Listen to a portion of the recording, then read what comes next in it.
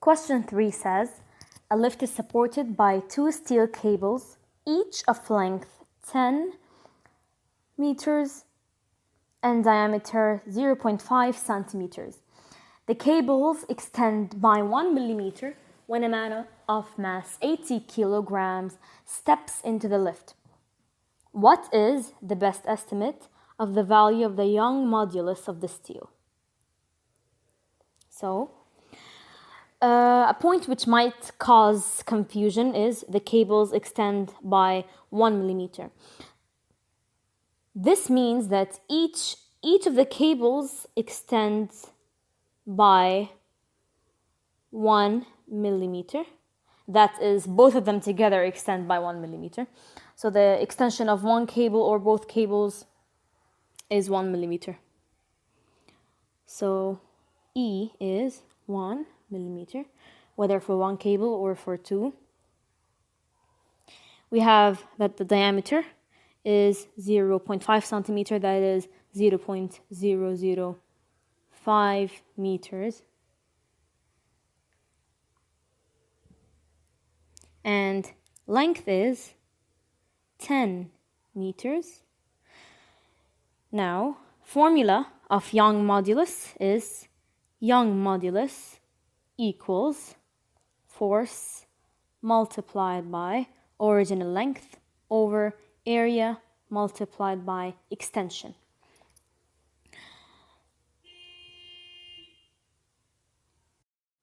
Now, we already know the length, we know the extension, we need to find the area and the force. Formula of area, since the cable looks like this, we're going to have to calculate the area of a circle.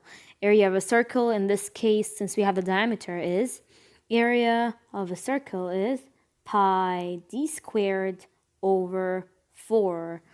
So, pi into 0.005 squared all of this over 4.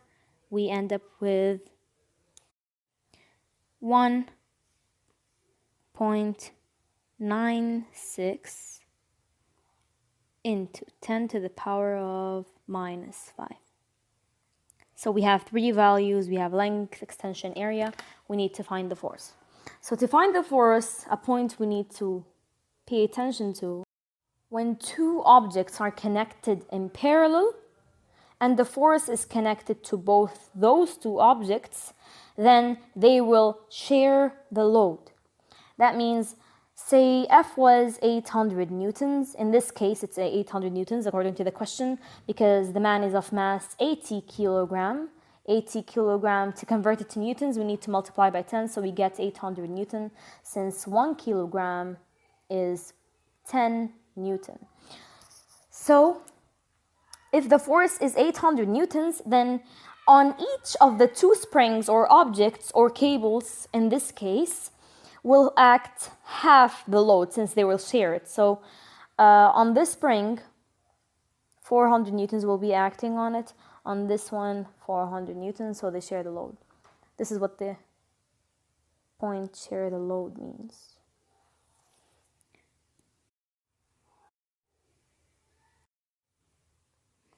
We can calculate the Young modulus.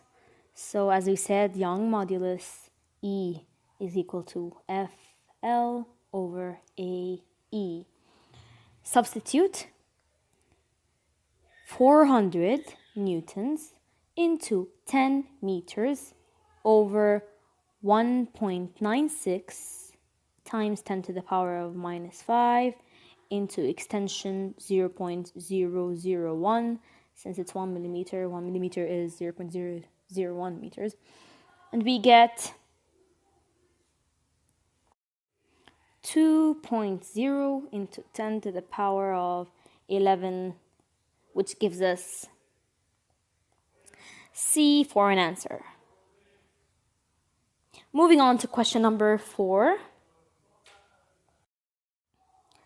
When performing an experiment, a student should minimize the uncertainty of any measurement.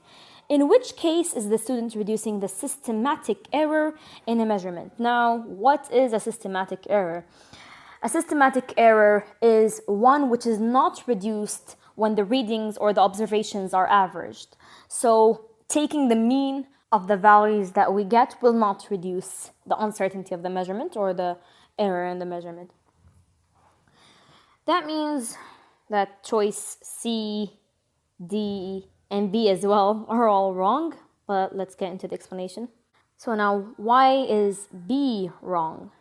Measuring the diameter of a wire at several points and orientations. That means, let's say we have a wire that looks like this, and we're using a vernier caliper or any other instrument to measure the diameter. We place the jaws at the positions shown.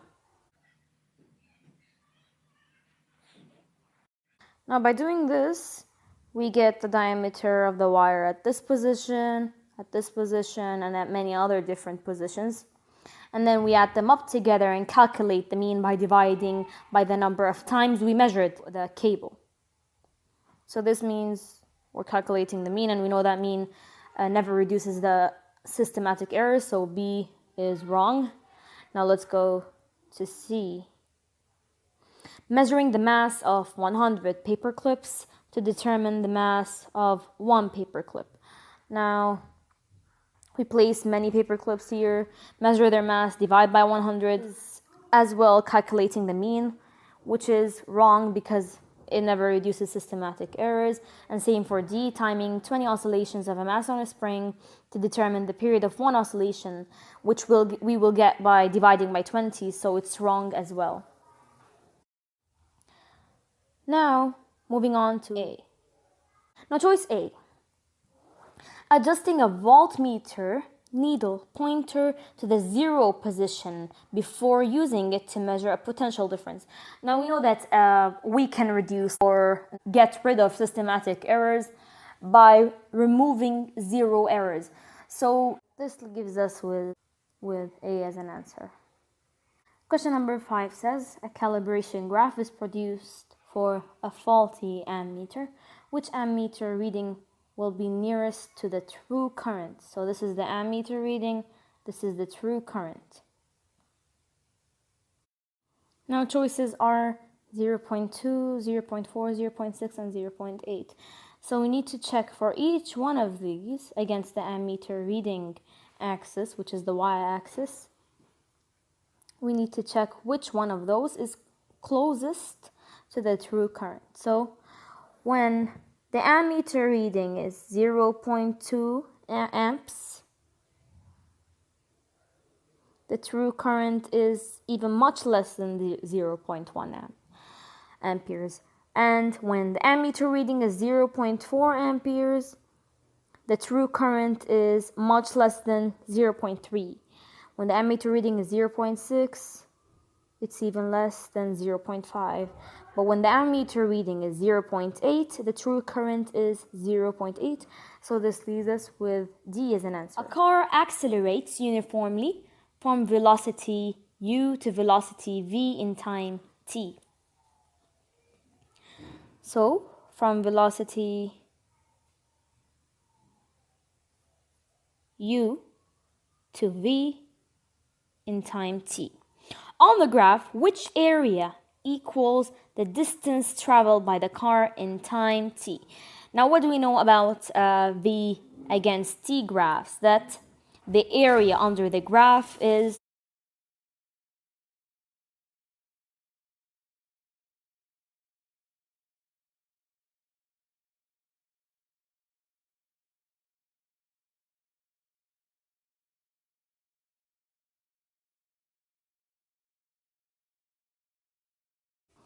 So let's consider each of the following choices. A says NPTU, so NPTU plus PQST. So PQST. This is definitely wrong because we know that PQS, this triangle, is not even included in the distance. So A is wrong. Now B, NP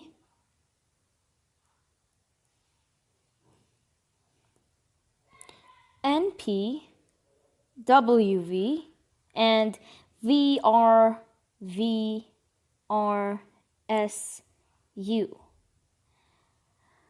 Now we have to look carefully into this. This area is correct, this is correct, and this part is correct. But what about this? This small region over here. Now if you pay attention, this region is the same as this, which leaves us with B as the correct answer. Now let's consider area or choice C. NP, WV plus WRST.